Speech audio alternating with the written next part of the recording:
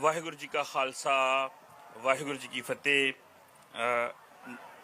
ਮੈਂ ਸਭ ਤੋਂ ਪਹਿਲਾਂ ਸਟੇਜ ਤੇ ਬੈਠੇ ਮੇਰੇ ਸਾਰੇ ਸੀਨੀਅਰਸ ਔਰ ਸਾਹਮਣੇ ਬੈਠੇ ਸਾਰੀ ਸੰਗਤ ਨੂੰ ਮੈਂ ਖਾਲਸਾ ਸਾਜਨਾ ਦਿਵਸ ਦੀ, ਕਿਉਂਕਿ ਖਾਲਸਾ ਸਾਜਨਾ ਦਿਵਸ ਦਾ ਸਾਰਾ ਉਹ ਚੱਲ ਰਿਹਾ ਔਰ ਅੱਜ ਪਰੇਡ ਸੀ, ਮੈਂ ਇਮਰਾਨ ਖਾਨ ਸਾਹਿਬ ਵੱਲੋਂ ਆਪਣੇ ਵੱਲੋਂ ਤੇ ਪਾਕਿਸਤਾਨ ਦੀ ਸੰਗਤਾਂ ਵੱਲੋਂ ਸਭ ਨੂੰ ਖਾਲਸਾ ਸਾਜਨਾ ਦਿਵਸ ਦੀ ਵਧਾਈ ਪੇਸ਼ ਕਰਨਾ।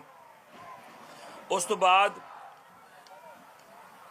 ਅਸੀਂ ਪਾਕਿਸਤਾਨ ਤੋਂ ਇੱਥੇ ਆਏ ਹਾਂ ਔਰ ਜਿਸ ਤਰੀਕੇ ਨਾਲ ਮੈਂ ਦੇਖਿਆ ਕਿ ਵੱਖ-ਵੱਖ ਸ਼ਹਿਰਾਂ ਤੋਂ ਵੱਖ-ਵੱਖ ਸੰਸਥਾਵਾਂ ਤੋਂ ਸੰਗਤਾਂ ਇੱਥੇ ਇਕੱਠੇ ਹੋ ਕੇ ਔਰ ਖਾਲਸਾ ਸਾਜਨਾ ਦਿਵਸ ਦਾ ਪਰੇਡ ਦਾ ਨਗਰ ਕੀਰਤਨ ਲੈ ਕੇ ਜਿਸ ਤਰ੍ਹਾਂ ਆਈਆਂ ਨੇ ਔਰ ਇਹਦੇ ਵਿੱਚ ਉਸ ਸਾਰੇ ਲੋਕਾਂ ਨੂੰ ਮੈਂ ਦੇਖਿਆ ਜਿਨ੍ਹਾਂ ਦੇ ਦਿਲ ਵਿੱਚ ਸਿੱਖ ਕੌਮ ਵਾਸਤੇ, ਸਿੱਖਾਂ ਦੀ ਮਜ਼ਬੂਤੀ ਵਾਸਤੇ ਇੱਕ ਹੌਸਲਾ ਹੈ, ਇੱਕ ਜਜ਼ਬਾ ਹੈ, ਇੱਕ ਡੈਡੀਕੇਸ਼ਨ ਹੈ। ਮੈਂ ਸਭ ਨੂੰ ਦੇਖਿਆ ਕਿ ਉਹ ਸਾਰੇ ਇੱਥੇ ਇਕੱਠੇ ਹੋਏ ਨੇ ਤੇ ਮੈਂ ਪਹਿਲੀ ਵਾਰੀ ਇੱਥੇ ਪਾਕਿਸਤਾਨ ਤੋਂ ਪਹਿਲੀ ਵਾਰੀ ਕੋਈ ਜੋ ਸਿੱਖ ਹੈ ਇੱਥੇ ਸ਼ਾਮਲ ਹੋਣ ਆਇਆ ਹੈ ਤੇ ਮੈਨੂੰ ਬੜੀ ਇਸ ਗੱਲ ਦੀ ਖੁਸ਼ੀ ਹੈ।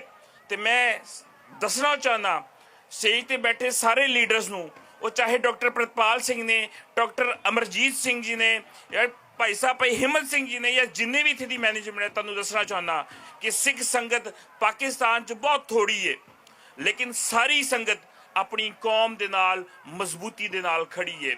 ਜਿੱਥੇ ਕੌਮ ਨੇ ਜਿਸ ਕਿਸਮ ਦਾ ਵੀ ਰਹਿਤ ਲਈ, ਆਪਣੀ ਆਜ਼ਾਦੀ ਲਈ ਜਿਸ ਕਿਸਮ ਦਾ ਵੀ ਫੈਸਲਾ ਲੈਣਾ ਹੈ, ਨਨਕਾਣਾ ਸਾਹਿਬ ਦੀ ਪਾਕਿਸਤਾਨ ਦੀ ਸੰਗਤ ਕਦੀ ਵੀ ਪਿੱਛੇ ਨਹੀਂ ਹਟੇਗੀ। ਸਾਰੀ ਕੌਮ ਆਪਣੀ ਸਿੱਖ ਕੌਮ ਦੇ ਨਾਲ ਖੜੀ ਰਹੇਗੀ ਔਰ ਇਹਦੇ ਨਾਲ ਗੁਰੂ ਨਾਨਕ ਪਾਤਸ਼ਾਹ ਦੀ ਬਖਸ਼ਿਸ਼ਾਂ ਵੀ ਤੁਹਾਡੇ ਨਾਲ ਹੋਣਗੀਆਂ, ਕਿਉਂਕਿ ਉਹ ਗੁਰੂ ਨਾਨਕ ਪਾਤਸ਼ਾਹ ਦਾ ਅਸਥਾਨ ਨਨਕਾਣਾ ਸਾਹਿਬ ਤੇ ਕਰਤਾਰਪੁਰ ਸਾਹਿਬ ਹੈ। ਅਸੀਂ ਉੱਥੋਂ ਆਏ ਹਾਂ ਤੇ ਉਹ ਬਖਸ਼ਿਸ਼ਾਂ ਵੀ ਤੁਹਾਡੇ ਵਾਸਤੇ ਨਾਲ ਲੈ ਕੇ ਆਏ ਹਾਂ। ਸਮੇਂ ਦੀ ਬਹੁਤ ਘਾਟ ਹੈ ਔਰ ਮੈਂ ਸਮਝਦਾ ਕਿ ਸਾਨੂੰ ਸਭ ਨੂੰ ਇਸੇ ਤਰ੍ਹਾਂ ਇਕੱਠੇ ਹੋ ਕੇ ਆਪਣੇ ਵਾਸਤੇ ਕੋਸ਼ਿਸ਼ ਕਰਨੀ ਚਾਹੀਦੀ ਹੈ। ਇੰਨਾ ਕੁਝ ਬੋਲਦਿਆਂ ਹੋਈਆਂ ਭੁੱਲਾਂ ਚੁੱਕਾਂ ਦੀ ਖਿਮਾ। ਵਾਹਿਗੁਰੂ ਜੀ ਕਾ ਖਾਲਸਾ ਵਾਹਿਗੁਰੂ ਜੀ ਕੀ ਫਤਿਹ।